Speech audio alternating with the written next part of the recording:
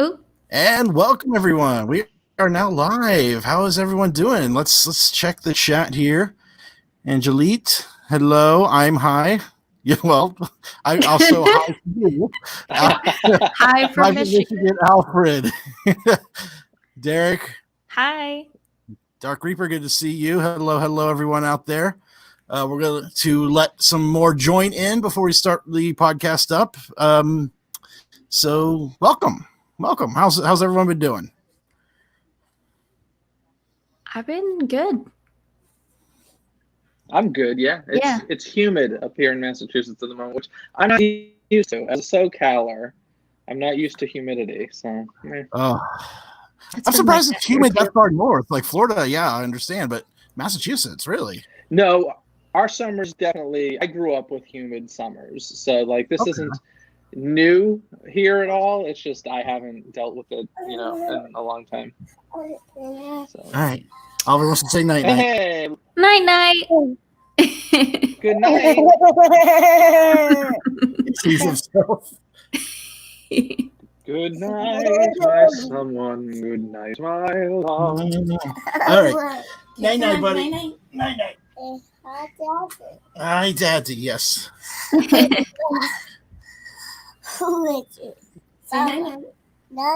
night. Bye. Yes, Rodney. Happy Father's Day to you. Brian, howdy to you. Bristol, Rhode Island. Michael, hello. Huh, my hometown is Bristol, but it's Bristol, Virginia. That's cool. And Brian, yes. Disney Coast to Coast and Attractions Magazine crossover tonight. Jeff is joining us this week. Hashtag epic. Well, we got a good amount of people in here, so we'll go ahead and get started with the recording. As always, this is a regular recording of the podcast. Every now and then I will reference you guys in the YouTube chat here, so feel free to have any questions or comments. I'll keep track of those. Other than that, enjoy the recording. We're going to get going here. Michael, real quick. Yes, Spencer's in the other room right now with her grandparents trying to stay quiet, so she's over there. But she's doing good. All right, here we go. In 3, 2. Hello, everyone, and welcome to episode number 40 of the Attractions Podcast. I'm Banks. And I'm Brittany. And this week we have Sorry, and I'm Jeff. Hey. We'll start. I see. It's so few that we have special guests. I never know. Do I pause and let them, or do I introduce them? We'll start that again. We'll do that again. That was live my bad. TV. What do you want me to do? Do you want me to say I'm Jeff? Yeah, you can say you're Jeff, and then I'll introduce where you're from. Okay. Cool. All right, I'll pause for you. Okay, here we go. I'll start again in 3, 2. Hello, everyone, and welcome to episode number 40 of the Attractions Podcast. I'm Banks. And I'm Brittany. And I'm Jeff. And yes, as you can hear, we have a special guest this week, Jeff DePaoli. He is from Disney Coast to Coast. That's Disney with a Z, coasttocoast.com. If you've heard his podcast, you may have heard his voice on Alexa devices as well through Disney Trivia. You also may have read some of his articles at attractionsmagazine.com, seen his reports, videos. He's one of our West Coast contributors, and we're happy to have you on here, Jeff. I am happy to be here. Thank you so much for having me. I'm looking forward to this. So we start off the show every week, just kind of seeing how things are going. First off, I should say, we're here to cover the past week news from attractionsmagazine.com and in our lives in general. So, what has been going on, Brittany, over there in the Austin, Texas life?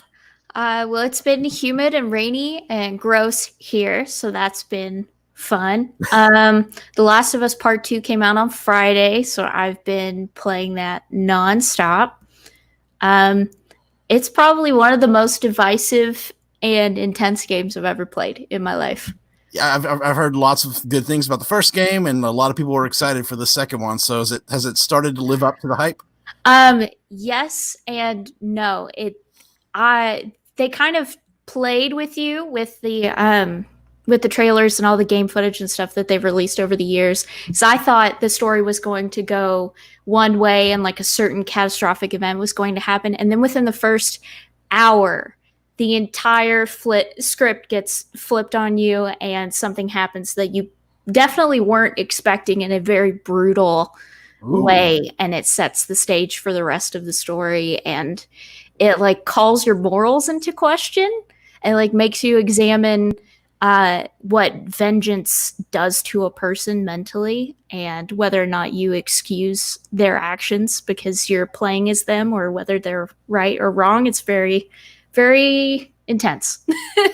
Well, I definitely want to pick up this game. I've got to get a PlayStation first. So let us know in the future weeks how the play goes. Well, I have maybe 10 hours left, so that's a lot. yeah. Jeff, how are things going for you? You're usually out in the West Coast, but right now you are up in the Northeast. So how are things going with you? Good. I escaped Los Angeles for a little bit because with the shutdown, everything was shut down, and I decided to come visit my family. This is where I grew up, and there were a bunch of celebrations going on. We decided last weekend to do the whole catch up on birthday parties sort of thing because there were so many missed with the coronavirus. And this weekend, of course, is Father's Day. 4th of July is coming up, so I just decided let's head east for a while, change of scene. Give me some stuff to do. So I've done that, and I recently got hooked. I don't know if any of you guys did. Did you watch Love, Victor on Hulu? No, I have not seen. I haven't even seen Love, Simon yet, but I've heard amazing things about the movie, and I need to see this stuff. You're breaking my heart. Oh no, I'm sorry. Love, Simon is like one of my absolute favorite movies of like the last 10 years. I love Love, Simon. I read the book in like one night. I just sat for like 6 hours and devoured the thing. And so like I'm into everything in the whole Simon universe, or the Simon verse as they call it. So in any case, Love, Victor came out on Hulu on Wednesday, and by Thursday I was done with it. And so now I'm craving a second season. So it's really fantastic. I will say this. The first it took me 4 episodes to like really fall in love with it. I was enjoying it, but then like around episode 4, I was like, oh no, I love these characters as much as I love Simon and his friends. So highly suggest Love Victor on Hulu. Well, I'll have to check it out. That's the list of things to binge right now, which is pretty long. Jeff mentioned it, and I've seen people in our YouTube chat mention, yes, we're recording this today on Father's Day, so happy Father's Day out there to all the fathers, my dad, my grandparents, and of course, I've got 2 kids, so we spent a great Father's Day here in Virginia. We are still in Virginia. We leave for Orlando tomorrow, so it's been a very, very relaxing week off. I've taken it off work and just unplugged, and I will say I have unplugged this week, but the few times I have plugged back in, my mind has exploded with what has been announced this week that we will, I'm sure, going to be talking about here in the news section very, very soon. But I felt like I was just going to take a week off, and then everything just... Listen, Banks, the last time that you unplugged like this, a bunch of stuff happened too. I just want to point that out. It's like they know. It's like they know, oh, Banks is taking the week off. This is the week we announce everything. We'll get to it in the news, but I have to mention before I forget it. The news about Not So Scary being canceled, being buried in an article about the new taste of food and wine. Yeah. It's like, oh yeah, we got this awesome, shortened version of the event that you know and love. Oh yeah, and the other event you know and love is canceled. Anyway, just the way they hit it was like astounding to me. It's like there's an art to the way that they craft their press releases. It's like a bad news sandwich. Like some nice news, the terrible news, and then some more nice news packed together for you.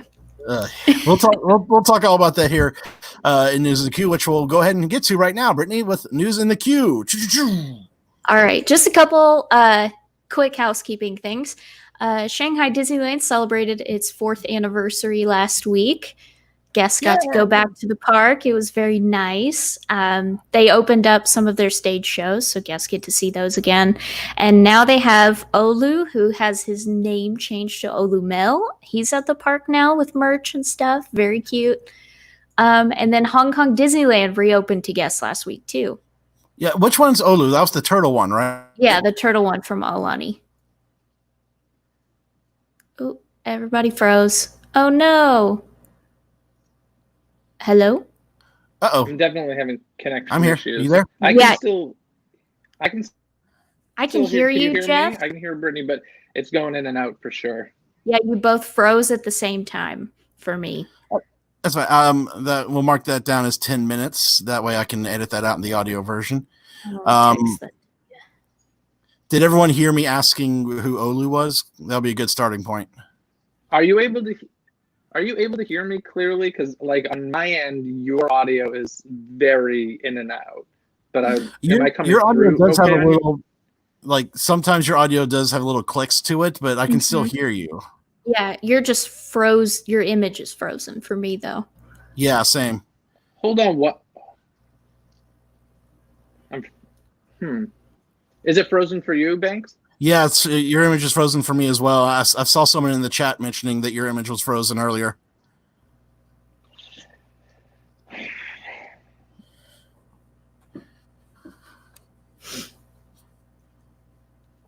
I will say though, it's a very good image being frozen right now. It's not like a funny face or anything. Oop. And then there were two. Yeah, I'll remove him right now, and when I see him come back up, we'll bring him back in. He's probably just updating his connection or something. Yeah. Apologies, technical difficulties. It also may be because I'm in a place just like last week that there's not as strong of a Wi-Fi connection here in Virginia at Sydney's parents' house as it is at my house, and I'm the one that hosts the live streams on my computer. Yeah. So that could be the issue as well. So please stand by as Jeff restarts his device. Yep, his device is gone, so he's going to restart. And then we'll restart with that. So you did hear me ask about Olu? Yeah, I did. Yeah. Okay, I'll start with that again, and that'll be a good cut point. Cool. I texted you the 10-minute mark so you could have a running list if we're going to have issues. Appreciate it. We're going to need them for sure. Yeah. All right. He is coming back in. You are back. Oh. Wait. Am I back? Hi. Hi. Hi. I think you might be a little delayed. Yeah. Can you hear me? I can hear you. Can you hear us? I can kind of hear you. It keeps going in and out, so I will do my best here. Your video's caught up to your audio. I have full signal. Oh, I spoke too soon. Uh-oh. Oh, boy. What was that? I said that your video and audio finally synced up, and then it froze right as I said that, and I feel like I jinxed it. Oh, good. That's fantastic. Well, let's see. Maybe if I shut off my video. Yeah, can you hear me better now if I shut off my video? Yeah, I can definitely hear you now. Yeah, video's not important. The audio is what we need.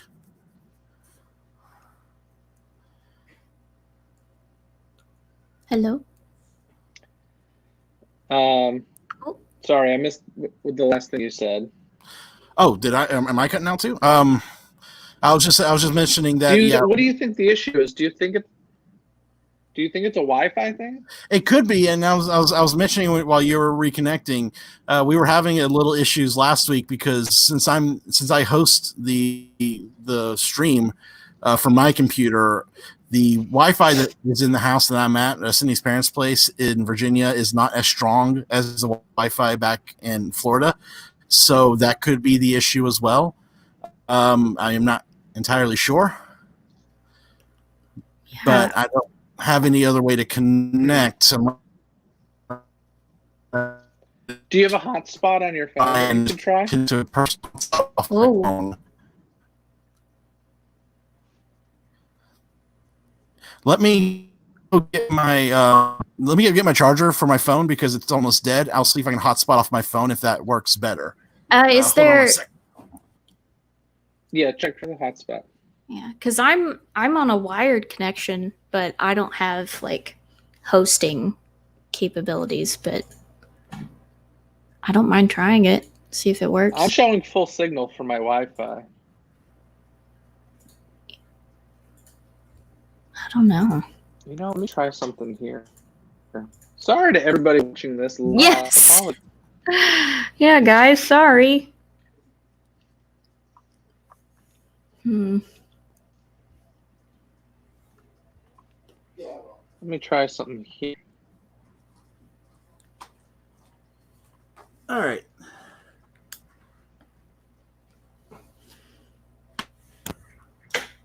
I'm gonna try coming in from my computer and see if that works better for some reason. Okay. So we'll give this a whirl.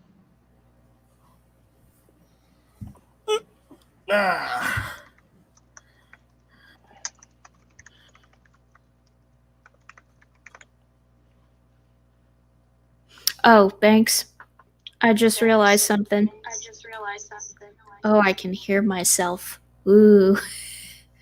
That was because I think of me. I am trying to get in with another through my computer now. If that one works better, perhaps. Is this any better for you? Your audio Yes. definitely sounds better. Yes. My audio's better? Mm-hmm. Yes.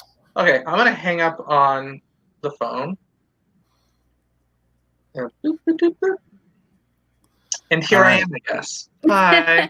The problem is I can't hear you now. I'm going to get my headphones, so hold on 1 second. Why is this cord not working for my phone? Broadway, here I come.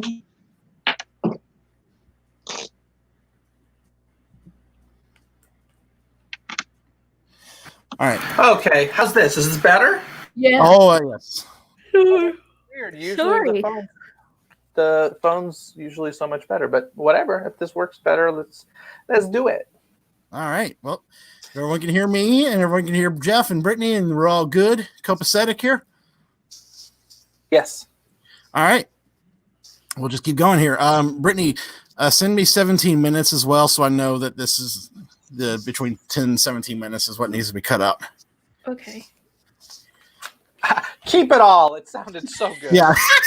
But it'll all still be on the YouTube version, so they'll get to see us flailing about. See this.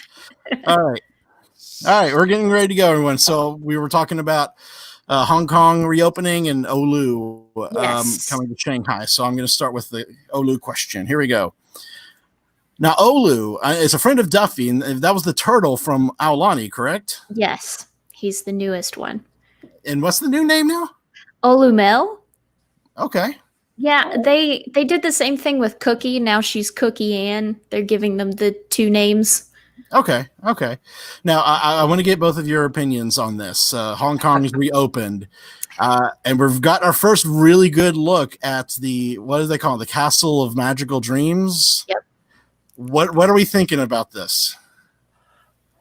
You can go ahead, Brittany. I think I like it. That was very convincing. I'm just so unsure because there's so many different styles going on, and I don't want to be too judgmental if I've never seen it in person before. And I know that they're trying to change all the castles right now, Walt Disney World's included. It's just very different, and it's different is, I don't know. It's harder to be like, yeah, I love it. But it looks nice. What I'll say about it is, I mean, you couldn't get much worse with what was there. Yeah. So, I mean, it would be hard for them to do anything and not plus it, in my opinion. So I think it looks better than it was. I would like to see it in person before I decide whether or not I like it. But I like that it has more height. I think that is a good thing. I think it deserved a grander castle for sure. The whole mixing of this is becoming a thing now, right? Like Shanghai Disneyland, it's all of the princesses' castles, and now Hong Kong has a similar sort of situation. To me, that just kind of I think of Disney parades nowadays, where it's a bunch of different properties. Where it's now let's go back to those days where we had a Lion King parade, and I wish the castles would, I wish it was one princess's castle, and I do wish that none of the princesses repeated. So I don't like that there are multiple Sleeping Beauty castles, and there are multiple, Cinderella castles. I'd love for each Magic Kingdom type of park to have their own princess, and that's what I would say. But overall, I think it's a plus for Hong Kong. Yeah, it was always having a clone of Disneyland's original castle was always interesting to me.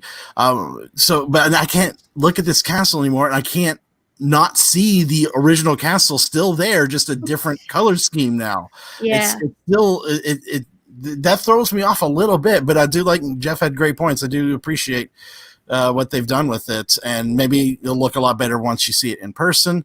And that's going to be probably the same with our castle in Florida, based on photos. We'll probably see how it looks in person, but I'm all for plussing the castles lately, for sure. Especially the one at Disneyland was gorgeous looking. Beautiful. Mm-hmm. Well, here's the thing when it comes to castles these days. They're not just thinking about, hey, what's this going to look like when you walk in to get your photo with the castle. They've really got to think, like, let's face it, and this may be a very good thing, but like we could never have the birthday cake castle again at Magic Kingdom, because if you did that, you don't get your nighttime projection shows, right? So any changes they make to the castle now has to be very, very minimal. And I wouldn't be surprised if what they're doing in Hong Kong is with some of those, specific ideas in mind. Hey, let's give it some height so that we can project on it and see it from a good distance. Because like here, or not here, but in LA at Disneyland, it's a small enough castle that very few people actually see the projection on that. So my first article for the DePauli on the Parks thing for Attractions Magazine was about that. Should Sleeping Beauty Castle at Disneyland be plussed? And, I definitely see both sides of the story when it comes to that. It is Walt's castle, but at the same time, I think you would have plussed it by now. Yeah. And if anyone wants to check out his articles, you can go to attractionsmagazine.com and search for DePauli on the Parks, and you'll be able to see everything that he's contributed so far. And we'll talk a little bit more about that later on in the show. Sure. Brittany, what's next on the news? Six Flags has launched a new mobile food ordering program on their official app, which I thought was cool. They kind of started we talked about this before with their body scanning security measures, and then Disney kind of adopted that. And then Disney kind of set the mobile order train in motion, and now Six Flags is adopting that to kind of help promote social distancing in the parks and to make ordering food at the parks minimal to no contact between guests and their employees. Yeah. I mean, that's good, yeah. Right? Yeah. I mean, that's just the world we live in these days. Yeah. We're going to see that everywhere. I'm a human interaction kind of person.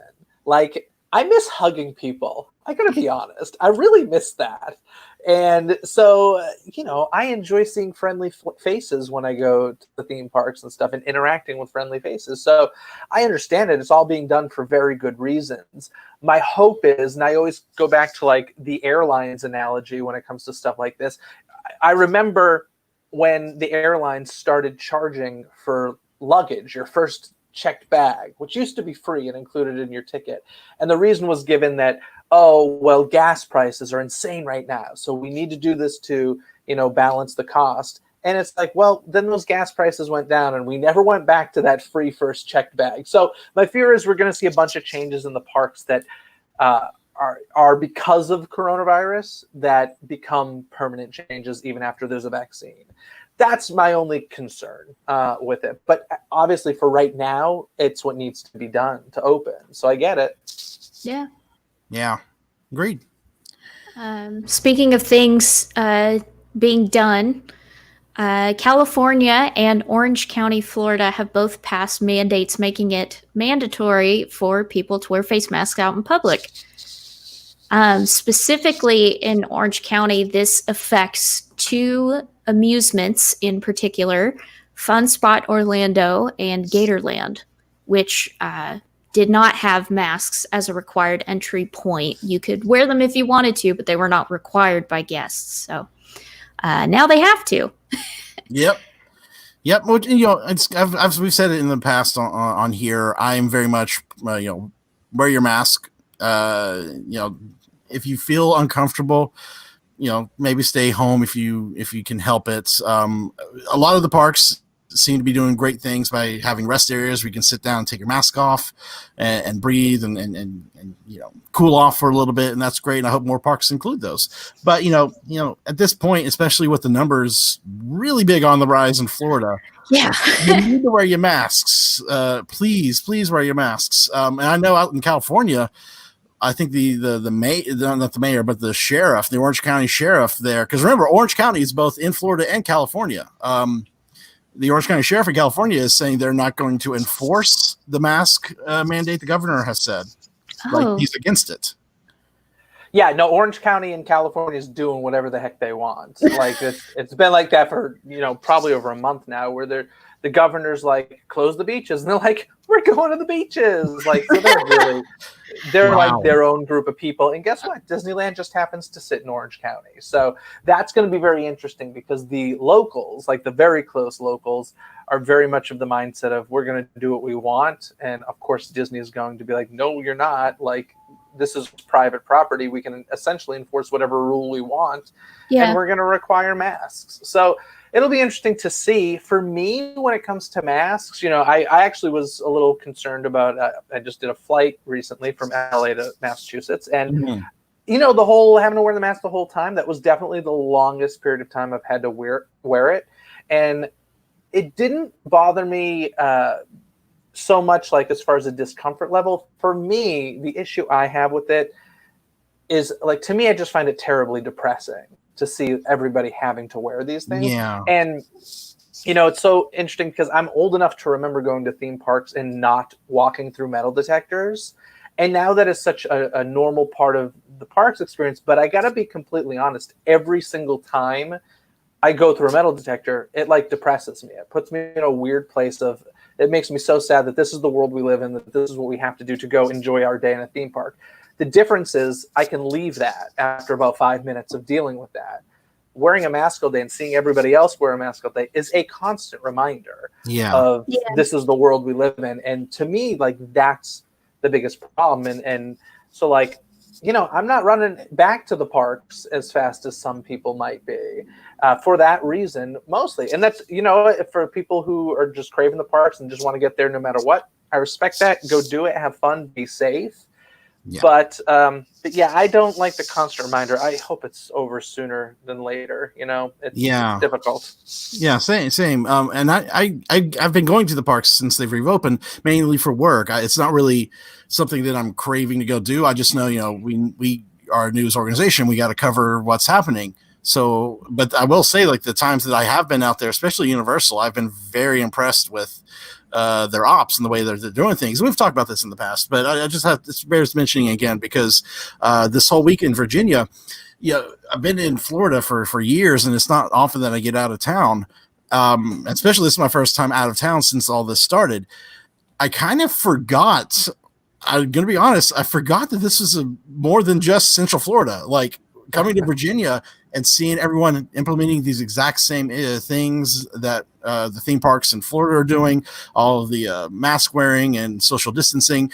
I was like, oh yeah, this is more than just the theme parks. This is all walks of life around the whole country. Like, it was kind of an eye-opening experience for me here this week. Around the whole world. Yeah. It's everywhere. Yeah, exactly. Yeah.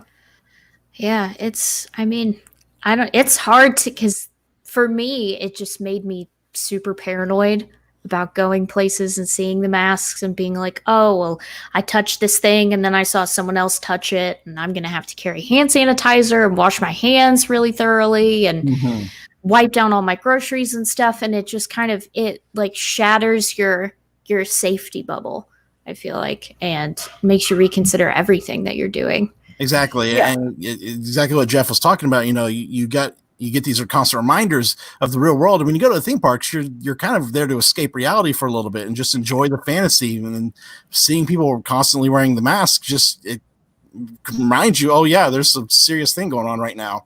That's exactly what I was going to say. The escapism is now gone. And it just is. And some people can, emotionally handle it better than others. And that's fine. But it's just a constant reality check, and it's one, unlike a metal detector that you walk away from at the beginning of the day. It's one that you cannot escape all day long, no matter how many Mickey Mouse faces or Stitch faces they put on those masks. It's you know, it's not going to cover up the fact of what it's really there for, unfortunately. Exactly. And I mean, we'll go ahead and move on to the next one, because that's actually also has something to do with everything going on right now. Some interesting news out of the Walt Disney World theme parks in terms of events that are going on because of everything. The biggest news, I think, would be that Not So Scary is not so happening this year. Okay, that was good. That was good. Yeah, they've canceled Not So Scary this year after they started selling tickets for it in February, which I thought was really funny and unfortunate at the same time. So because a lot of the highlights of the event, like parades, fireworks, character meet and greets, have been eliminated temporarily at Walt Disney World, there's really no point to have the event. So they've canceled it for this year. The other thing that they plan on doing is kind of a modified food and wine event that will be longer and take place through the fall. It starts on July 15th.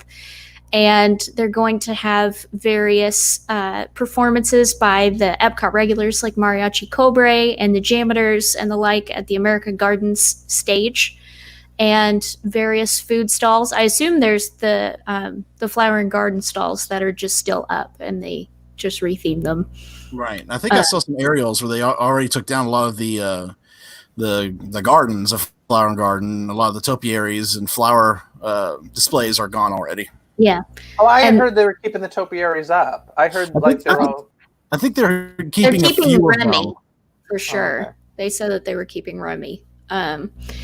Disney's H2O Glow Nights at Disney's Typhoon Lagoon Water Park have also been canceled because that's like a close contact character dance party at a water park. Doesn't really sound like a super safe, socially distant experience. No. But they did say that looking forward to Mickey's Very Merry Christmas Party and the Epcot International Festival of the Holidays. They haven't made a decision as to whether those events will be canceled, but I would keep an ear out as things get closer because I mean, not trying to be a negative Nancy here, but if things really don't get better, I don't see these events happening. And with the numbers dramatically on the rise right now, with a second wave hitting right now, I honestly don't know if they could even do. It's this going to be depressing, like fall and winter. Like my favorite events, like. Yeah, you know what's interesting? I mean, numbers are rising. And the parks haven't even, at least Walt Disney World hasn't even opened yet, right? Yeah. So, like, the question is, I mean, they're going through a lot of work to reopen. Mm-hmm. So it's like, what are the chances that they will close again? Like, I have a trip booked for October. Yeah. And, I mean, will it be open in October? I don't know. I wouldn't be surprised if it closes in August or something because, you know, I don't know. I've wondered this exact thing lately. Yeah. It's these are like things I've been thinking about at night, going to sleep. Like, what would happen? Like, what would the numbers need to be for them to decide to close again? Because, you know, seeing SeaWorld and seeing Universal and Gatorland and other parks, the safety measures that they've implemented are good. Mm-hmm. And I know Disney has great measures as well that they're going to put in place. So maybe they're going to feel like what we have is good enough to keep open no matter what. At this point, who knows? My guess is that in order for like a company like Disney or Universal or SeaWorld or wherever to close again because they know the repercussions of that and how difficult it is to get permission to reopen and everything. My guess is that they would really fight for, you must prove that it's spread on our property. Because if it's just Florida where it's spreading, I'm like, you can't prove that that's necessarily from people coming here. So unless you can, you know, prove that X amount of people from our property are the people spreading, then I think they would fight to remain open just because of all the headaches. But I don't know. I was a little surprised about Not So Scary, though. I got to be honest. As much as it makes sense that it's not happening, I was a little surprised for a couple of reasons. Like, so Shanghai has been reopened for a couple of weeks, and we've already seen like entertainment stuff coming back, haven't we? Yeah, they just like- opened up 3 of their stage shows to guess again. Okay, Yeah. so like, are they doing parades or fireworks at all? I don't think so. No, I don't think they're doing parades yet. I can't. I think I saw somewhere they may start doing fireworks soon. But at the same time, the numbers in Shanghai, like outside of Disney, like around that town, are next to nothing at this I guess point. that's true. That's true. Well, That's true. Here's a question for you then. I think both Shanghai and Hong Kong use a contact tracing system for guests that enter the park.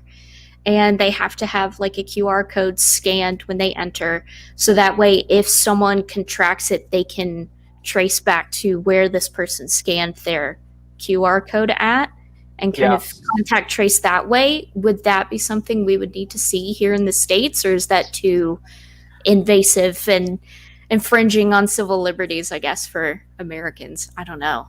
Yeah, I don't think Americans would accept that. I mean, people freaked out when the theme park started taking fingerprints. Yeah. Oh, yeah. And, you know, like, and facial recognition, people are freaking out with, like, the concept of that possibly becoming a thing. So I don't, you know, it's our country is very different. So I think that would probably be a problem. Because that would be one way they could prove if it were spreading on property, would be through a contact tracing system, but you would have to get people to agree to use it. Yeah.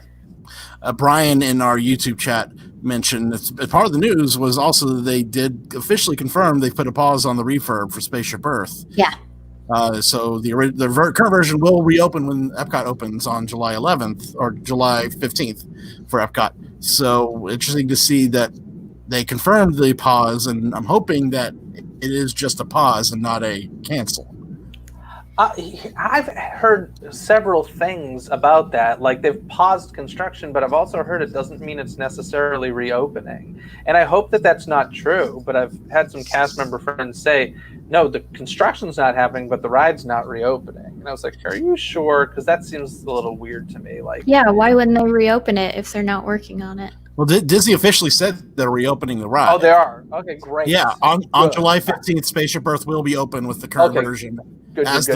Yeah. Listen, I'd be fine with that remaining as is until there's a vaccine. You know what I mean? Like, if it's a year and a half until Spaceship Earth closes down for refurb, fine. I mean, it's a major attraction right at the entrance to the park.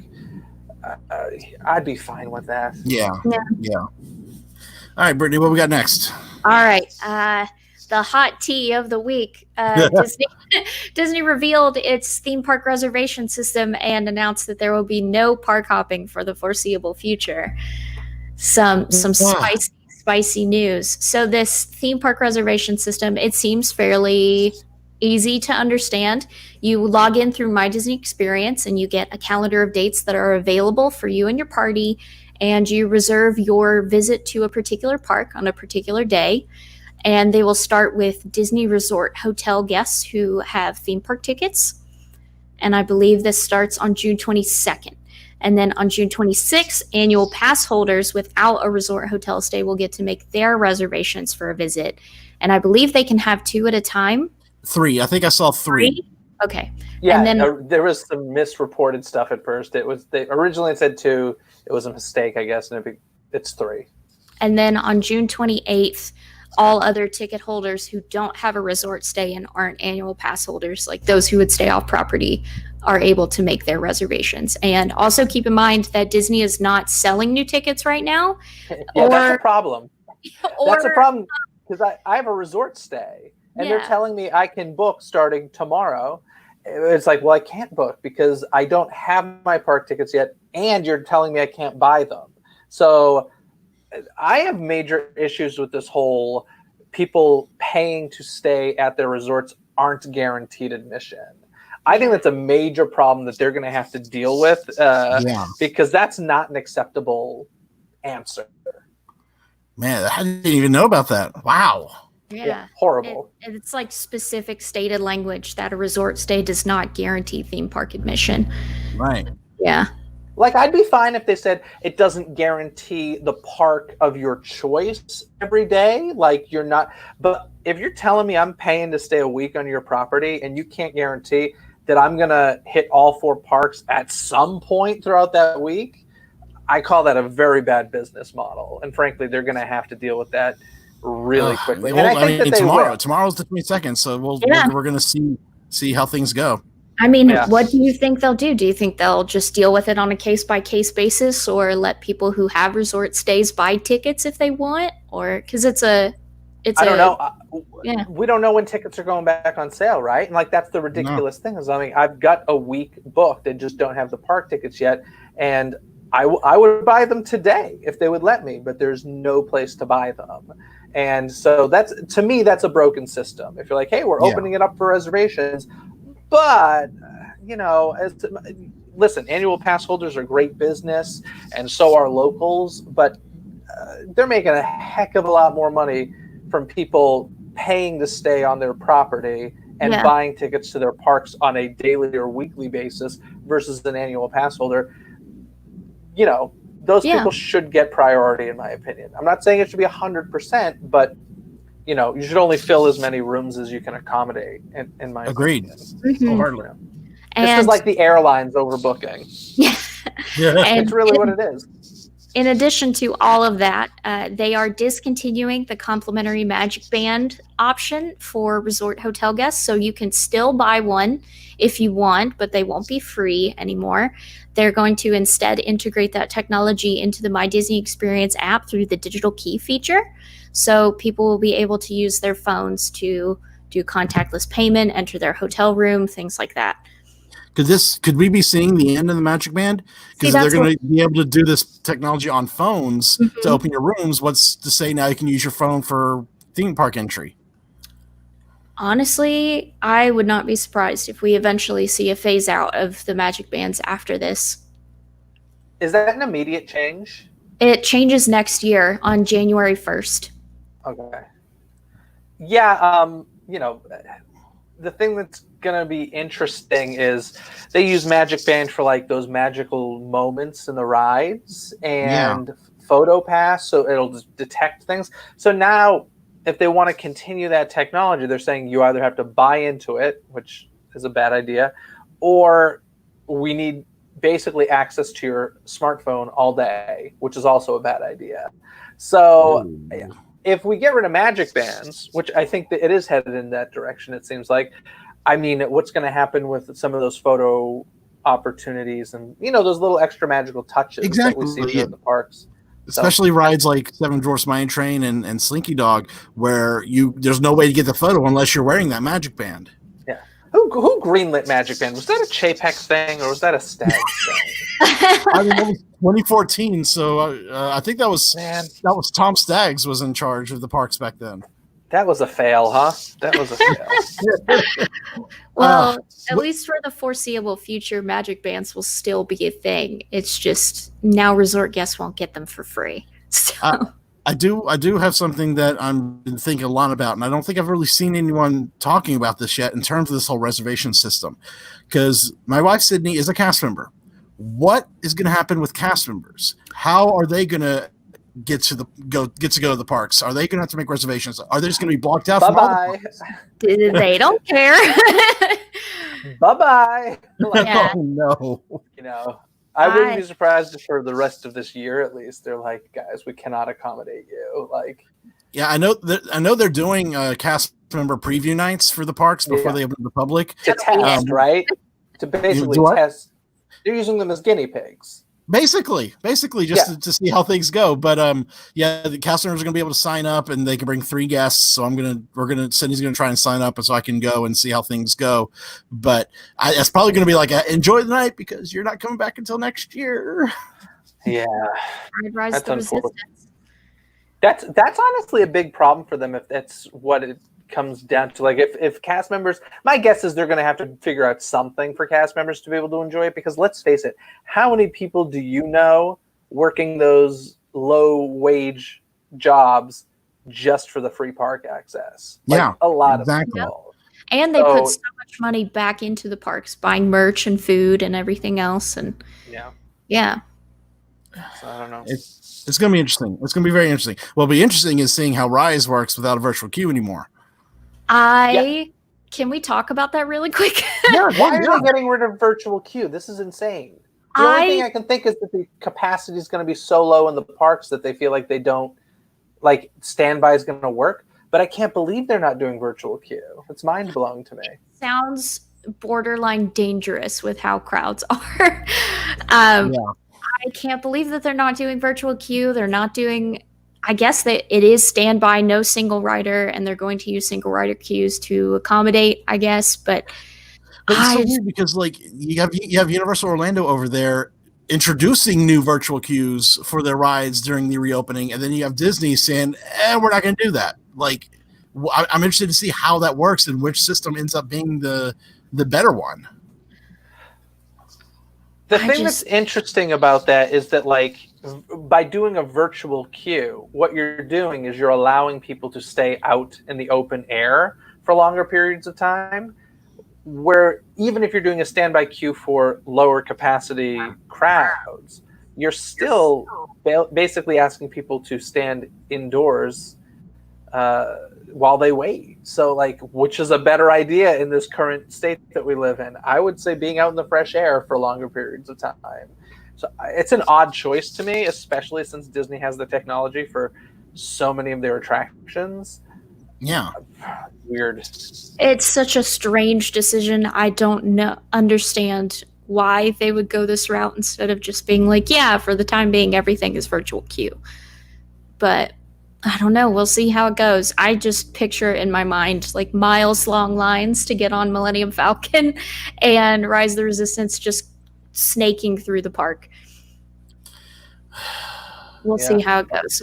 As we all stand 6 feet apart from each other. Yeah. I will say I plan on being on Studios opening day because Studios is the last park I visited before everything closed. I want it to be my first park when it reopens. So pray for me. I will have plenty of sanitizer. I'll have my mask. I will stay as safe as possible, and we will see how things go. So they're definitely not doing that whole boarding pass thing, right? That's a virtual queue in their mind, right? Yeah. Yeah. Okay. Yeah. Good luck. Speaking of Disney rides and things that will be open when the parks reopen, Disney shared an update of sorts on attractions and entertainment offerings. It's a long list. It's a long list.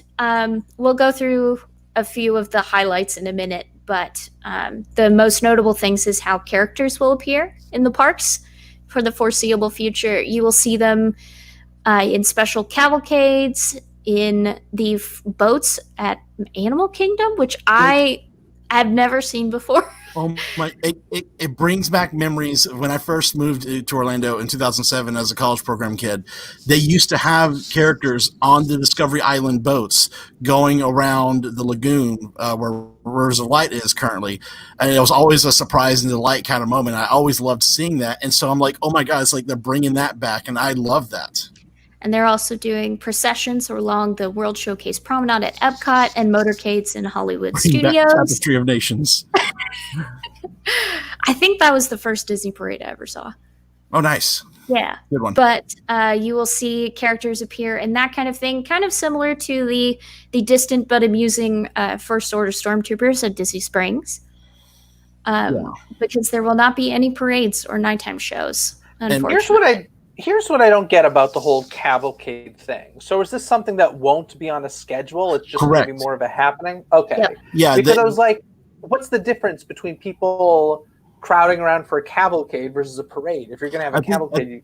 I think that they've officially said that these will be surprise and delights. They will not have specific times. They're just going to go out, so people will just stop. Oh, see it go by. Oh, hey, and then that'll be it. They move on. Somebody will tweet that schedule every single day. You know that's going to happen. Yeah, I would hope they have parade ops or something out there to kind of keep people spread apart and shoo them away when it's over. Jeffrey in our YouTube chat says, bring back the omnibus at Hope to Epcot. Fun fact, and I need to look and see if it's still there, but the old two-decker bus that used to go around World Showcase is currently sitting in downtown Kissimmee. I need to go back there and see if it's still there, but someone bought it and repainted it, but there's still elements of it. Like the Epcot logo is still on the front grille. and some of the country flags are still on the side. So I need to go back over there and see if it's still there. Thanks. I know you'll be with me on this one. I want the Ninja Turtle Power Rangers van brought back for a cavalcade. Can we just do something with it? I don't care what you do. Let's just see that vehicle back on the streets of Walt Disney World. And I was just thinking about this earlier too. Imagine like if Spectacle of Dancing Lights were still happening during this time. I don't think it could happen. No. Like a lot of the Christmas stuff, it just makes me worried about the Christmas. Yeah, I would honestly like not to be a Debbie Downer here, but I'm going to be like. I honestly, I go to sleep at night and I'm like, can it just be 2021 already? Can this be done? Like, Right. And here's the other thing that scares me is everybody's acting as if there's this miracle wand that's going to happen on January 1st, 2021, where it's like, we're cured. No, it's just, I think the hope is that before any major events happen in 2021, that we will be able to back to some sort of normal. But like, I just keep saying, in my mind, I've kind of written off the rest of this year as far as, all the stuff I would normally do. And don't get like, I am missing it. My favorite day of the year is Halloween, so I am praying that some Halloween stuff goes. I think Horror Nights will. I think some of the bigger stuff will, but I am expecting all of my small kind of like, independently made haunts. I think they're all gone. Yeah. For the year. Who's going to take that risk? Yeah. And it breaks my heart. Yeah, it'll be interesting to see how Universal does Horror Nights this year without like doing the whole article lines. Did you hear like the plans for the unofficial plans for Horror Nights? Have you heard about this? I have not. Okay, so basically, and this is none of this is confirmed. This is all rumors. I forget where I read it from, but some website. The plans are that number one, most of the scares are going to be through like animatronics or stuff like that, like far fewer characters than we've seen in the past. And the other thing is the plan supposedly is that Jack's going to come back and you are going to essentially need to make a group in the app on your phone. And Jack controls your night. So you don't get to go wherever you want, whenever you want. Jack goes, hey, it's time to go to the Beetlejuice house. Head over there. And they will still have a front line pass where basically if you pay for that front line upgrade, Jack will make sure you get into everything. Otherwise, you and your group are going to have to essentially list out your priorities for the night. And Jack will try and get you in as many as possible. I actually kind of love this. I always get front of line for Horror Nights anyway, so I don't mind if he's telling me where I got to go when. Like, I just want to make sure I see it all. Right. So if that's how they do it, I'm cool with that. Although, oh my gosh, I'm going to go on a slight tangent here. I apologize if we're going along here. Yeah. I was kind of flabbergasted, and I'm wondering if you've ever heard this, because tickets are on sale for Halloween Horror Nights in Orlando, not Hollywood. And I fly in from California to Orlando, like very much specifically for Horror Nights. And so I called and I said, hey, I'm looking at your website. The only tickets on sale right now are like this buy a night, get a night free thing. But unlike in the past where I've always purchased a ticket for a particular night, I was like, I'm not seeing that. This is just kind of like, you can go any night except for a handful of blockouts. And like, oh yeah. So end of July, the dated tickets will be available. I'm like, okay, so would you suggest to somebody flying in from Hollywood to come to wait until I could buy a dated ticket? And he's like, are you trying to go to Horror Nights Hollywood? I'm like, no, I live in Hollywood. I'm trying to do both. But in any case, so I basically said, because if I have a dated ticket, I'm guaranteed in, right? Like, obviously, if I buy it for the 20, no, not right. He's like, no, that doesn't guarantee you admission. I was like, excuse me? He's like, just because your ticket is dated, it doesn't guarantee. And I like talked in circles with this guy. I'm like, let me just understand this. I'm like, you're telling me if I flew across the country, if I bought a ticket for that specific date, I should always be able to get in. I understand that you're going to have lower capacity. I understand that maybe frequent fear people might not be able to get in. But if I bought a ticket for that specific date, he's like, that's good for any day that is the same price that you paid. He goes, so basically, if you missed the night, you could go next week, if there was a night with the same price and stuff. I'm like, is this like known? Because this seems insane to me. I was like, that is horrible way of running business. Like, if you buy a ticket for a specific date, that should 100% always be honored. If I show up 5 minutes before the event closes for the night, I should still be able to get in. Like, it was insane to me. I couldn't believe it. Yeah. Well. Makes it speechless. Like my brain is like. I was just like, well, on like the other side of that argument, like honestly, if I had missed my date for some reason, say my flight was delayed or whatever, I would never think to myself, oh, well, I can just go to tomorrow. It's the same price. When I have a ticket that's dated for that day I missed, I would never think that. Yeah. So to say, oh, it's not guaranteed admission, I'll tell you what, if I flew in for it, I'd be like, you better go find a frequent fear person, remove them from the park so that I can get in, because this ain't happening, They're basically saying, oh, you have a Sunday through Thursday ticket. Oh, you have a Friday ticket. Here's a Saturday ticket. Something like, it was weird. And I kept like repeating it to the guy to be like, I must be misunderstanding you. And he's like, nope, that's exactly what it is. I'm like, and I finally was like, do you think that that's good business practice? I'm like, that sounds horrible to me. And he's like, well, it's the way it is. I was like, all right, I should really call back and speak to somebody else. Maybe he was clueless, but I was flabbergasted. Wow. To think you would buy a ticket and not get in. Tangent done. All right. Well, we've got way off track on that news article. And Brittany, someone in the chat was asking this, so you can mention it. Okay. Indiana Jones Stunt Spectacular is going to be on this list. Oh, heartbroken. Yeah. Sorry. It's not. You know what else? No, that's all I've seen in the chat so far. But give us a quick rundown, Brittany, of some of the major things that will be open. Okay, major things that will be open. Country Bear Jamboree. Hey, super Jungle Cruise, Peter Pan's Flight, that's always a super busy one. Pirates, Seven Dwarfs Mine Train, Space and Splash Mountain, Hall of Presidents, Haunted Mansion, People Mover. Is anyone going to go to the Hall of Presidents? Anyway, moving on. For Animal Kingdom, Avatar, Flight of Passage, Dinosaur, Expedition Everest, Kilimanjaro Safaris, Kali, River Rapids, Navi River Journey, that whole thing. No Primeval World, though. Rest in peace. Oh, shucks. For Epcot, their films, the Friendship Lagoon boats, Frozen Ever After, Grand Fiesta Tour, Living with the Land, Soarin', Spaceship Earth will be open, Test Track, American Adventure, the Epcot Experience, Seas with Nemo and Friends, and then for Hollywood Studios, Alien Swirling Saucers, Runaway Railway, Smuggler's Run, Muppet Vision, Rock and Roller Coaster, Slinky Dog, Star Tours, Rise of the Resistance, Tower of Terror, Toy Story Mania, and Walt Disney Presents. So basically, this is everything that they already have. Yeah, except for the stunt show. Stunt show and Fantasmic. Hey, yeah.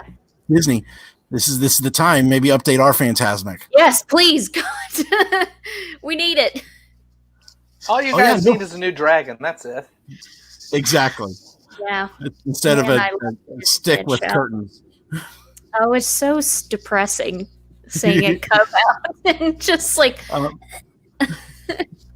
I've said this before, but like after seeing Disneyland's update of Fantasmic and coming back and seeing ours, it was just like a kick in the stomach. Like, ooh, yeah, man, we can have so much better. But I have major problems with our updated Fantasmic. I did a whole podcast episode about what's wrong with Fantasmic 2.0. Fantasmic 1.0 was a far better show, and when they just kept plussing the technology in that soundtrack, way better than the new soundtrack with what they've done. It's way too much to get into here. But just from like a directorial point of view, the storytelling is way better in 1.0. I'm of the type of person, I used to go to Fantasmic every time I was at Disneyland. I've seen 2.0 maybe 4 times since it reopened, and 3 of those times I was dragged. Like I really To me, Fantasmic at Disneyland is pretty much dead in my mind. I know a lot of people love it. It has some great technology still. I just don't. It's I'm just not that interested. Yeah, I can see your point very much. Yes. Jeffrey wants to know.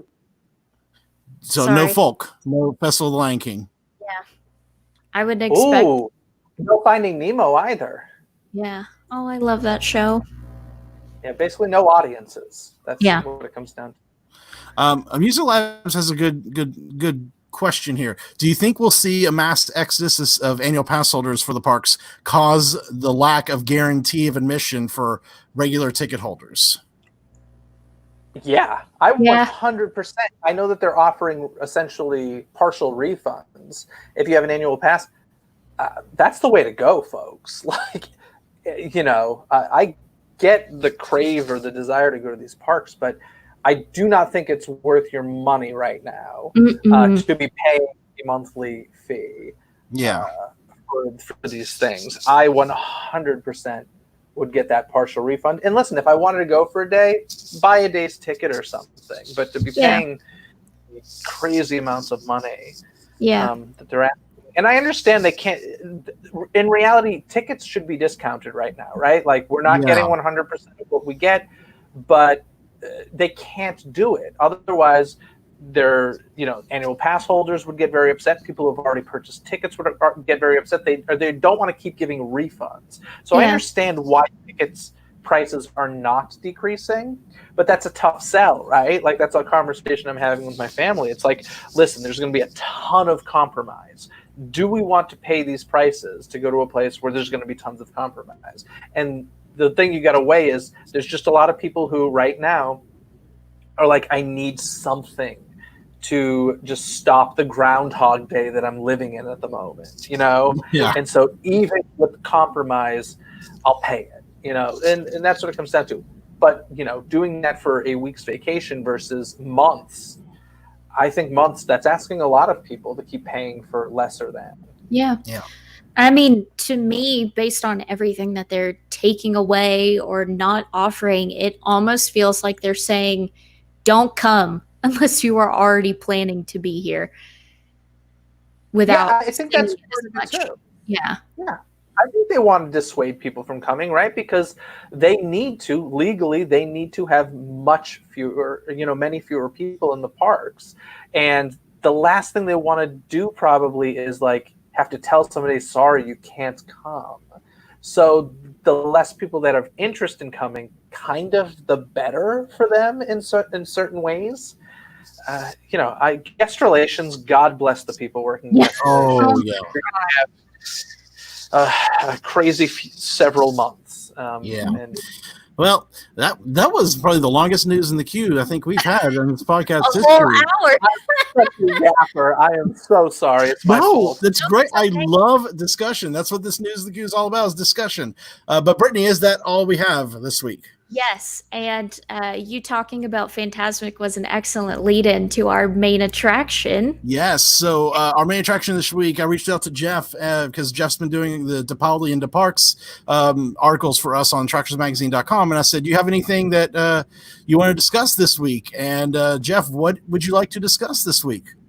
Jurassic Park, the ride, right? Yeah. Like, So you were basically Depolity on Parks. For people that don't know, let me explain real briefly how this came about. So I've been writing some articles for Attractions Magazine for quite some time, and covering press events and stuff like that. And I tend to write with my opinion, and that's not always the way that most of Attractions articles are very much, fact-based and just kind of reporting the news sort of thing.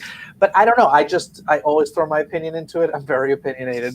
And so Matt, the owner of Attractions Magazine, basically offered me, he goes, you obviously have a lot of thoughts about it rather, and would you like a weekly column to basically do that, give your opinion so that it, give it some sort of title so that it differentiates itself from what is mostly just our news. And that's how Depolity on Parks started. Brilliant title by my friend Ruben. That was not my idea, but my buddy Ruben. And it was just like, okay, that's the one. And so that's how it started. So I've written a little bit over a month now, I guess about a month and a half of writing these articles. And it's even in the print magazine, which I'm very excited about. There are original articles going in the print magazine that aren't on the website. So that's exciting. But this past week was kind of all about the whole Splash Mountain Princess and the Frog conversations going on. Kind of my thoughts on that. And I think that this upcoming week, some of them are going to be stories about my theme park experiences. And, first of all, since I'm home in Massachusetts, I've been digging through some old stuff I have here. And I found some letters I got from Universal Studios and Steven Spielberg's office. Because little Jeff DePaule was that kid who wrote to the theme parks and was like, I have a list of problems that I experienced during Jurassic Park the Ride, and they were lovely enough to write back and send tickets for my family to come back and experience it again, and it was wonderful.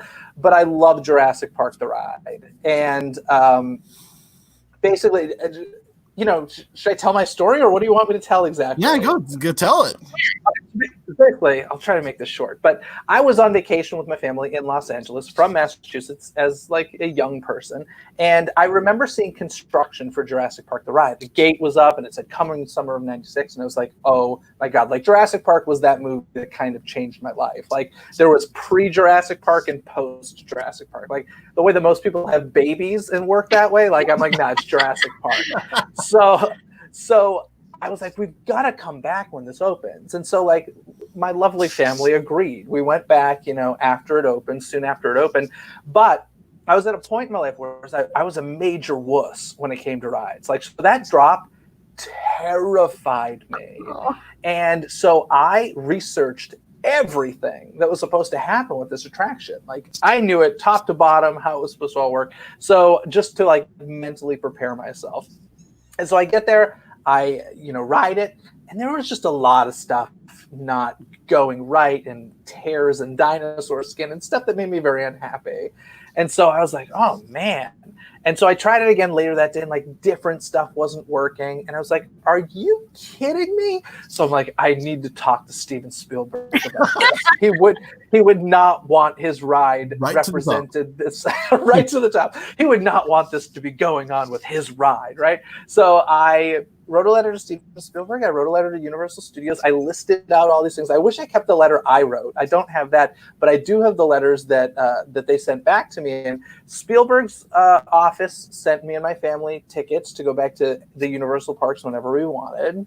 And Universal was kind enough. They sent me like a Jurassic Park T-shirt and a Universal Studios fan club card that gave me discounts and stuff. And it was like they were great. Like I think they just appreciated that a nerdy little kid was so into their attraction. I get it. Like I'm that annoying guy that did that, right? But yeah, I was so passionate about it, and I love that ride, and I love water rides, and I love dinosaurs, and I love Jurassic Park, and it's such a great ride, and it's kind of gone full circle because I was lucky enough to go to the opening for the Jurassic World ride for Attractions Magazine and cover that, and I was just like, oh my gosh, my little kid self would be freaking out right now because I just love that ride, and it's so much fun, and it can definitely be improved upon, but it's just fun, and throw a dinosaur in, and I'm a happy guy. So yeah, that was my Jurassic experience when it first came out. Yeah, you've brought back a lot of memories now for me because my experience with Jurassic Park the Ride started off with the making of specials on TV. Absolutely. And watching those and getting so pumped up about, oh my gosh, this amazing Jurassic Park ride. I got to go ride this. I never got to Universal Studios Hollywood until 2006. That was my first time ever visiting, or 2005. That was my first time visiting Jurassic Park the Ride there. So my first Jurassic Park experience was actually the river adventure at Islands of Adventure in Orlando. So this is me who has rewound and watched on VHS that I've recorded this Jurassic Park the Ride making of special. So I knew what was going to happen in this ride. I knew what I was going to see. And then I go and I ride the one in Orlando and I'm like, wait, that's different. Wait, where's the falling truck? Wait, wait, where's the T-Rex coming from the ceiling? Like, what's going on here? Like, I was so upset because it wasn't an exact clone of the Hollywood version. So you should have written a letter to Spielberg if you were that upset. Yeah. Steve on the horn. I have notes. Yeah, no, you know what though? I will agree that the Hollywood one is done better, but you've got a great scare in that Florida one that Hollywood doesn't, and that's right before the lift hill, the raptor container dangling above your head, and that kind of comes crashing down on you. That's a great scare that the others don't have, and yeah, it's awesome. No, I really love this ride. I've been on it many times here in Orlando, only a handful of times out there. I've yet to get out there to Hollywood to ride the updated version. But now we've heard your story.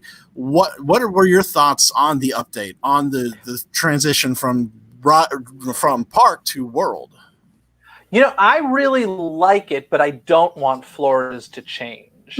I am very much, I like having various, versions of things available. So I like now that we've got, especially since, there's all the rumors about Epic Universe having a Jurassic World land. I'm like, great, let's keep Jurassic Park in Islands of Adventure and keep Jurassic World in Epic Universe. And that'll make sense. We're obviously not going to have that here in Hollywood. So I thought they did a great job with it. I really enjoy it. It's the Mosasaurus thing is pretty darn cool, but will screens ever top animatronics? Not really, but also those Brachiosaurs didn't look that good. They were not operating well. So, a bad animatronic versus a really good projection, I'll take the really good projection. It's cool. I cannot wait for the new Indominus Rex to come because, it's people, this has not been officially announced, but there's rumors everywhere and everybody knows it. And I've talked to Universal people about this, but there's a new Indominus Rex coming. When they opened the attraction, it wasn't ready.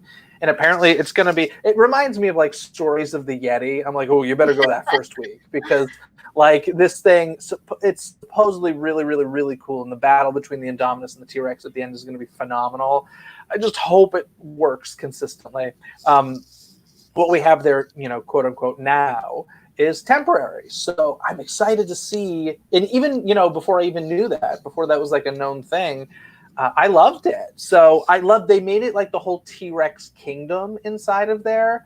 And the thing that I love about it is, since you're in a theme park, I would typically have problems with, before when you went up the lift hill, like you're going into like a warehouse sort of setting or a backstage setting. Now you're going into a quote unquote jungle, but you're going into a fake jungle in a theme park. So all of the fakeness about it works within the storyline. It's not like it's pretending to be real jungle. And so because of that, I'm like, oh, this is kind of awesome. And I love it. I think it's great. It's a lot of fun. And there's the middle section of it is pretty close to what the original Jurassic Park ride was. And they do something cool where they play the original Jurassic Park music in that section. So I'm like, oh, it's a nice little throwback to the original JP ride. And for using the same track layout and footprint and everything, I think it's a really well done upgrade for here in Hollywood. But leave Florida alone. I was gonna say, because like seeing videos of Jurassic World, I don't know if you're like me, you feel like it's this way, but I do feel that middle section is lacking things. Like there's not really a lot going on there. Basically when we go backstage, yes, you're right. Where the raptor cage was and stuff, it is lacking things. You see a couple of dead pteranodons or something, and monitors with is it Claire? What is Claire? Yeah, Claire's on the things. Stay in your vehicle, that sort of thing. So they do rely a little bit heavily on monitors in that section, and there is a gap of there should be more going on here. No, maybe there will be. Hopefully there will be. That would be a legitimate complaint, but it's basically that backstage area until you get to the lift hill, which isn't a massive portion of the ride, but at the same time, it's a little bit inexcusable to have that much of a gap. Right.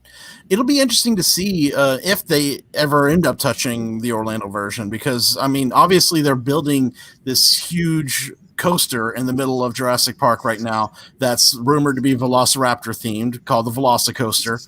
And then they just opened up our brand new permanent Raptor encounter where the theme there is Jurassic World.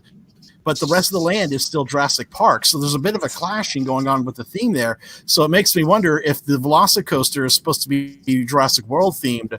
Are they going to try to expand the whole place to become Jurassic World? I hope not. Oh my gosh. I think that would be a bad idea. I mean, it's pretty much confirmed, unconfirmed that Jurassic World is a land at Epic Universe, right? I'm not making this up, right? Not that I've heard of anymore. Right now, the 4 lands that are going to be at Epic based on the concept art look to be Super Nintendo World, classic Universal Monsters, a Potter-themed area, and How to Train Your Dragon.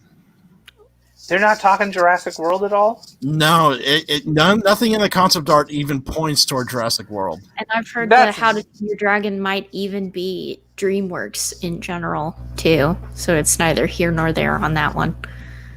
That's disappointing to hear. I don't want to lose Jurassic Park. As much as I love Jurassic World, I don't want to lose Jurassic Park.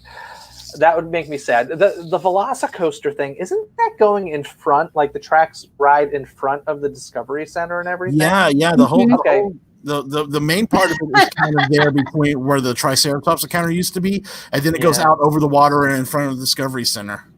I don't like ruining that view. I love that you get that beautiful view of the Discovery Center right as you walk into Islands of Adventure. And I get it. It's, an exciting kinetic energy that you'll get seeing coasters go by, but you're ruining the view of a great building. But if it's going to transform into Jurassic World, guess what? That visitor center doesn't exist in Jurassic World. So that thing might be getting bulldozed if that's the direction they're going to go.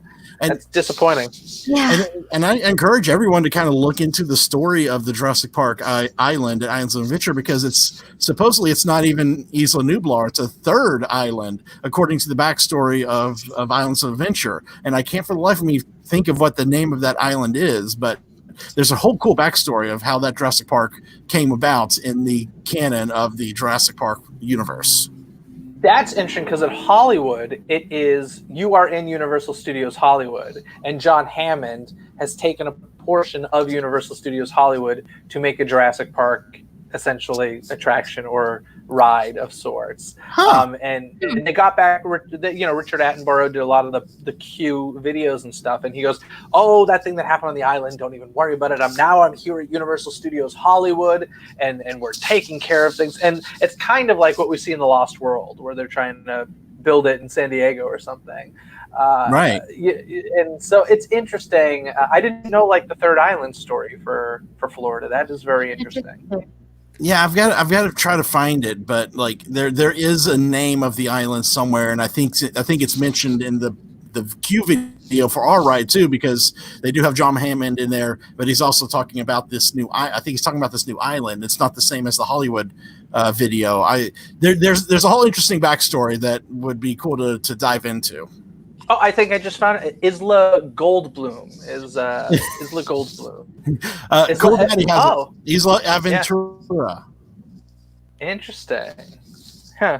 Well, but what's interesting as well is I think that your videos, your John Hammond is a theme park actor portraying John Hammond, whereas the videos in Hollywood is Richard Attenborough. I see. I haven't paid close enough attention. I thought it was Richard Attenborough in ours.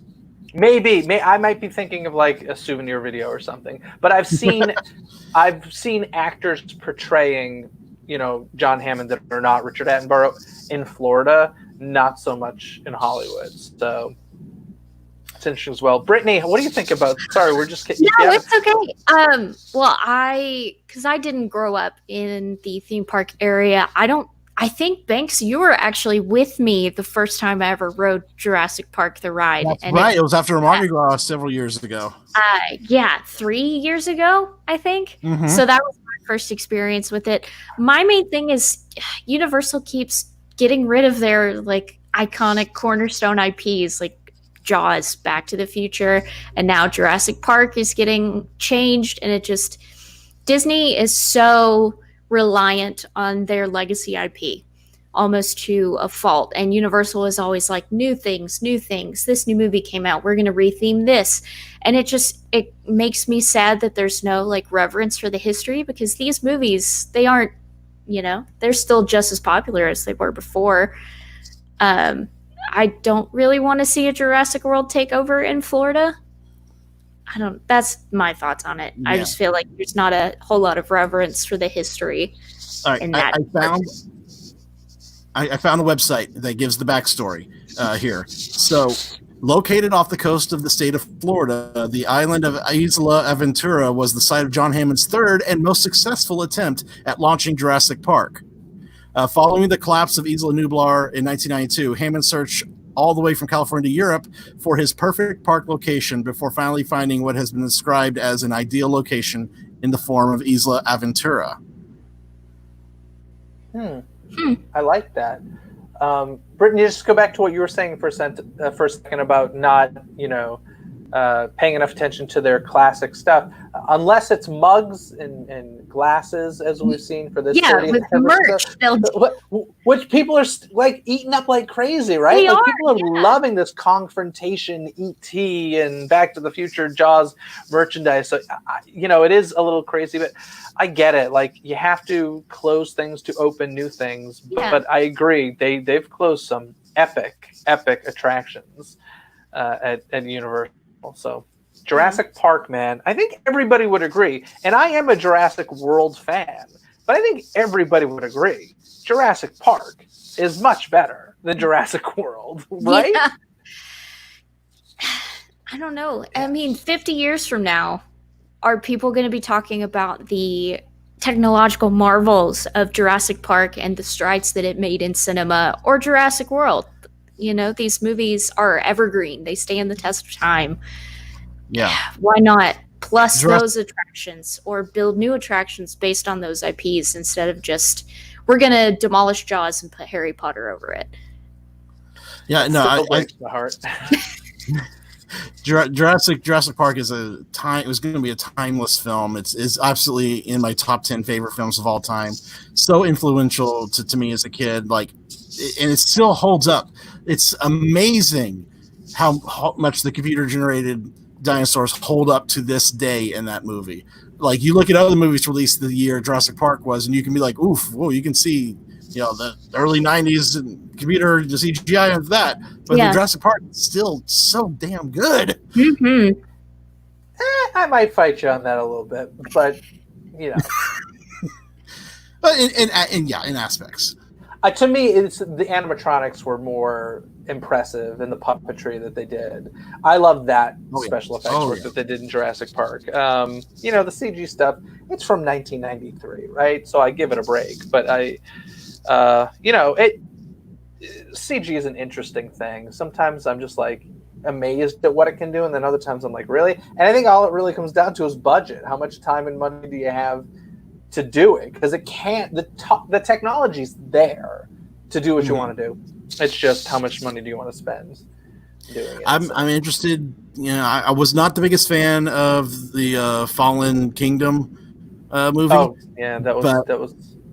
But I'm very interested. I'm interested in Dominion. I really am. The fact that they've got Sam Neill and Jeff Goldblum coming back, and Laura Dern. Yeah, Laura Dern. Yeah, that's right. And they're doing a lot more animatronics in it as well. And I think they're actually. I just saw they're going to be the first major Hollywood production to restart shooting after everything closed down. And I think they're starting next week.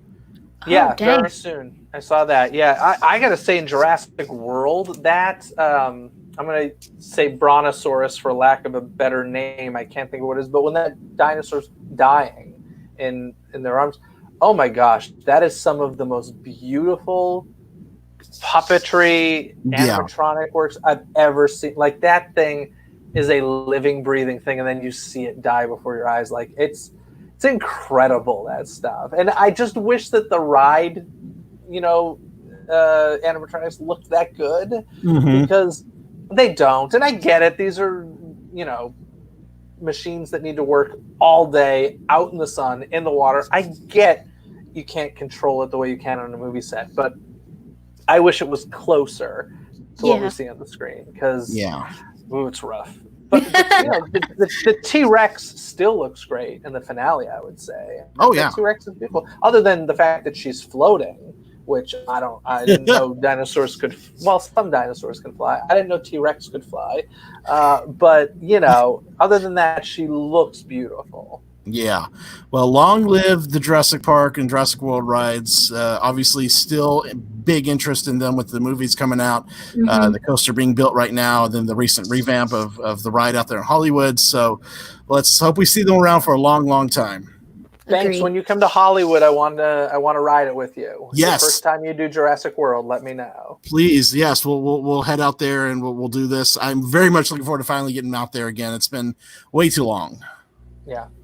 All right. Well, that is going to do it. We're going to wind down now, but first we want to give some quick thank yous and shout outs to our newest club and VIP subscribers. If you didn't know, over at attractorsmagazine.com, as a part of our magazine subscription service, you can sign up to be club or VIP.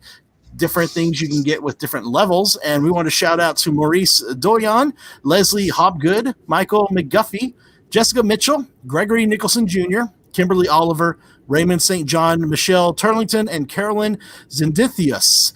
Thank you guys so much for subscribing to us at attractionsmagazine.com. We will definitely be having a lot more exclusive content for you guys very, very soon. I believe there is a new subscriber exclusive construction update on the coasters being built in Orlando right now. If you That's are right. interested in that, Theron wrote that and I edited it yesterday. Mm-hmm. That's right. And we also have a brand new issue of Attractions Magazine coming out. Is just out right now, the summer issue. And it is the COVID issue, basically. So the COVID issue. We have to look into the AP style for how you stylize COVID for. And we got some great photos. And the first, I will say, Napoleon de Parks in the magazine, in the print magazine, is in that. And it's all about the importance of the Universal Studios Hollywood Studio Tour and really like how historically important that is as far as the creation of theme parks and theme park history. I got to read that. I'm a huge fan of the studio tour out there. I do it every time I go. It's always a must. So fun fact about that, I will say, because during my first time there was 2004. I went again in 2005, and I remember going on the studio tour, and I remember being there when they were shooting War of the Worlds. So we got to go behind the set, and we saw them filming that plane crash scene. That's cool. So I haven't been on it. Actually, have I? No, I have not been on it since because last time that I went on it, they bypassed the plane crash set, so I've never actually gotten to go in there and see it yet. Which sits right in front of, although it's been demolished and decayed at this point, but the old Lost World Jurassic Park sets. That's right. That's right. The Isla Sorna Discovery Center, right? Yeah. Yep. Exactly. So go check out the magazine. Check out Jeff's special article in there, and you can subscribe to us at attractionsmagazine.com/store. So for right now, it's going to say good night to everyone. So Brittany, where can everyone find you on the interwebs? You can find me at Brittany Tuttle. That's BritTanituttle. Yes, it's spelled funny on Twitter and Instagram, and occasionally at twitch.tv/BritPlays with 3 T's. Jeff, where can everyone find you? Well, fantastic, everybody. First of all, thank you for having me. This has been so much fun. I hope I didn't Jeff. Much. Is this your longest episode ever now at this point? Yeah, it's not often we get to an hour and a half. This is great. This is great. I think this rivals our Rise of Skywalker discussion episode. So basically, you can find the Disney Coast to Coast podcast at DisneyCoastToCoast.com. This past Wednesday, I did an episode all about the historic accuracy of Newsies, the movie and the Broadway musical. Oh. And then this upcoming week, I have an interview with the editor and writer of the Imagineering story on Disney Plus, and that was a really great interview. So I hope you guys check that out. Head to DisneyCoastToCoast.com, and while you're there, I got a bunch of giveaways for you. I have some documents. One of them I call America's Hidden Mickeys, and it's basically all these cool locations that are Disney-centric or Disney-inspired around the entire country, not just Florida and California. And then I have one called On the Roadie Again, which is a collection of my favorite Joe Roadie posts about him creating the parks and stuff. I've got, what do I have? Where the Magic is Made. I've got like 6 documents that I'm giving away over at DisneyCoastToCoast.com. So just go to DisneyCoastToCoast.com. You'll see something pop up to get them. And if you don't, on the main menu, just click on free, and you can get those 6 documents right there. DisneyCoastToCoast.com. There you go. And I highly recommend checking out the podcast. Jeff has been kind enough to have me on a few times in the past. We always have great discussions. Recently, we talked about Hollywood pop culture. studios. We'll often talk about Hollywood studios for a good chunk of time. Exactly. That's a part that means a lot to us. But you can find me on Twitter at Banksley, on Instagram at Disney Goofball, and of course all the Attractions Magazine socials on Facebook, Twitter, YouTube, Instagram, and attractionsmagazine.com. Until next week, everyone. I'll be back in Orlando next week, and we'll hopefully have a clear connection. I'm hoping. Cross the fingers. Apologies if any audio issues slip through the edit. I do apologize, but we are going to be back to normal next week. And Jeff, you are more than welcome to come back anytime you like. Thank you so much. I'll see you next week. No, I don't know what I'm doing next week, but I will certainly be back. Thank you so much for having me. I appreciate it, Jeff. And until next week, everyone, be sure to go out there, stay safe, but most of all, please have fun. Bye, everybody. Bye-bye.